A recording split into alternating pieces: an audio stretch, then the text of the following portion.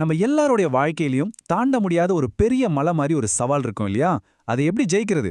இன்னைக்கு வால்டர் அப்படிங்கிற ஒரு சாதாரண பையனோட கதை மூலியமா அந்த மலையோட உச்சியில இருக்கிற வெற்றியோட ரகசியத்தை நம்ம தெரிஞ்சுக்க போறோம். வாங்க உள்ள போகலாம்.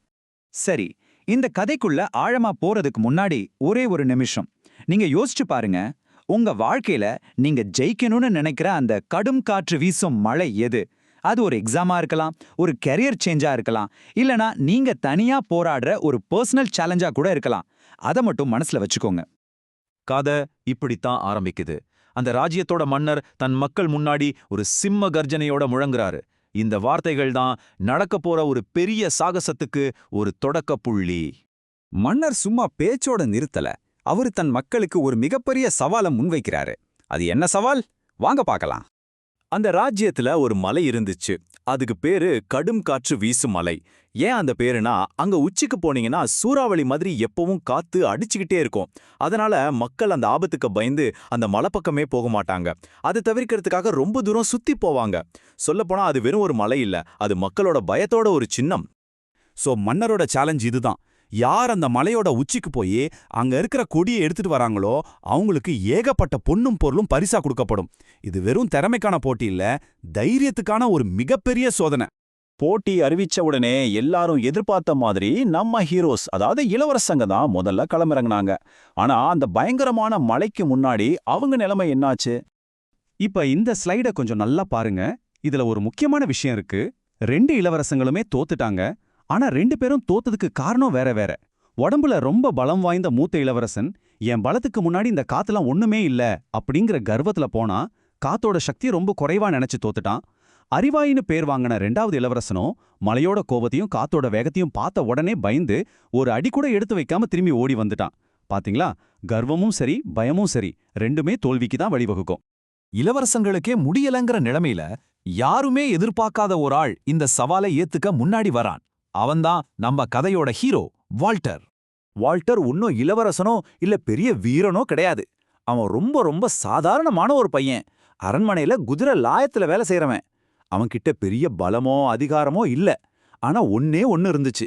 முயற்சி செஞ்சு பாப்போம் அப்படிங்கிற ஒரு துணிச்சல். அப்போ வால்டருக்கு பயமே இல்லையான்னு கேட்டா நிச்சயமா இருந்துச்சு. அந்த மலைய பார்த்ததும் அவன் மனசுக்குள்ளேயும் ஒரு நடுக்கம் வந்துச்சு. ஆனா இங்கதான் ஒரு பெரிய வித்தியாசம் இருக்கு. அவன் அந்த பயத்தை ஒரு காரணமா சொல்லி நிக்கல. அந்த பயத்தோடையே சரி பார்க்கலான்னு தன் பயணத்தை ஆரம்பிக்கிறான்.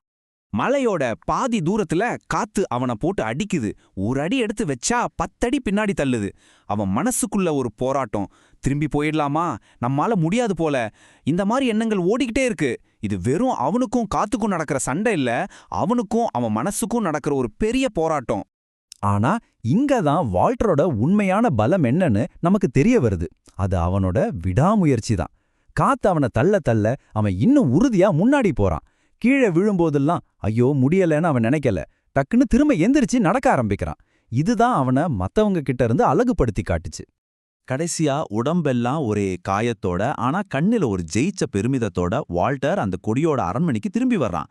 மன்னர்ல இருந்து அங்க இருந்த எல்லாருமே அப்படியே ஆச்சரியத்துல உறைஞ்சு போயிட்டாங்க. எப்படி இவனால மட்டும் முடிஞ்சுது? அந்த வெற்றியோட ரகசியம் என்ன? மன்னர் கேட்டப்போ வால்டர் சொன்ன இந்த பதில நல்லா கவனிங்க. மன்னா, காத்தோட வேகத்தை குறைக்கல, மலையும் அதோட உயரத்தை குறைக்கல. ஆனா அந்த மலையை ஏறினா மாறிட்டேன். நான் முன்ன இருந்ததை விட இப்போ ரொம்ப வலிமையானவனா மாறிட்டேன். எவ்வளவு ஆழமான வார்த்தை பாத்தீங்களா? வெற்றிங்கிறது வெளியிருக்கிற விஷயத்த மாத்துறதுல இல்ல, நமக்குள்ள நாமளே மாறதுல தான் இருக்கு. சோ இந்த வால்டரோட கதை வெறும் ஒரு அட்வென்ச்சர் கதை மட்டும் இல்ல. இது நம்ம ஒவ்வொருத்தரோட வாழ்க்கைக்கும் பொருந்துற ஒரு முக்கியமான பாடம். இதுல இருந்து நாம என்ன கத்துக்கணும்? 3 முக்கியமான விஷயங்கள். 1, தடைகள். அதுங்க நம்மள தடுக்க வர்றதில்ல, நமக்கு ட்ரைனிங் கொடுக்க வருது. 2, உண்மையான மாற்றம் வெளி உலகத்துல நடக்க வேண்டியதில்ல, நமக்குள்ளதான் நடக்கணும். 3, நம்மளோட உண்மையான எதிரி வெளியே இருக்கிற சவால் இல்ல, அப்புறம் பார்த்துக்கலான்னு தள்ளி போடுற நம்மளோட தயக்கம்தான். இத எப்பவுமே ஞாபகம் வச்சுக்கோங்க. நம்ம வாழ்க்கையில வர்ற பிரச்சனைகள் திடீர்னு சின்னதாயிடாது. ஆனா அதை ஃபேஸ் பண்ணி நாம தான் பெரிய ஆளா, இன்னும் வலிமையான ஆளா வளர்றோம். இதுதான் உண்மையான வளர்ச்சி. கடைசியா ரொம்ப ரொம்ப முக்கியமான பாயிண்ட் இதுதான். பவர், ஸ்டேட்டஸ், பணம்னு எல்லாம் இருந்த ராஜ குடும்பத்தால முடியாத ஒரு விஷயத்த எதுவுமே இல்லாத ஒரு சாதாரண தனி மனுஷன் தன் விடாமுயற்சியால சாதிச்சு காட்டினான். உங்க பலம் உங்ககிட்ட இருக்கிற பட்டத்திலேயோ பணத்திலேயோ இல்ல, உங்க மன உறுதியில தான் இருக்கு. உங்க வாழ்க்கையில இருக்கிற மலையை ஜெயிக்க இந்த கதை உங்களுக்கு ஒரு சின்ன இன்ஸ்பிரேஷனா இருந்தா இந்த செய்தியை மத்தவங்களுக்கும் பகிருங்க. கண்டிப்பா லைக் பண்ணுங்க, ஷேர் பண்ணுங்க, மறக்காம சப்ஸ்கிரைப் பண்ணி அந்த பெல் ஐகானை கிளிக் பண்ணிடுங்க. நம்ம பயணத்துல ஒண்ணா இணைஞ்சிருக்கலாம். நன்றி.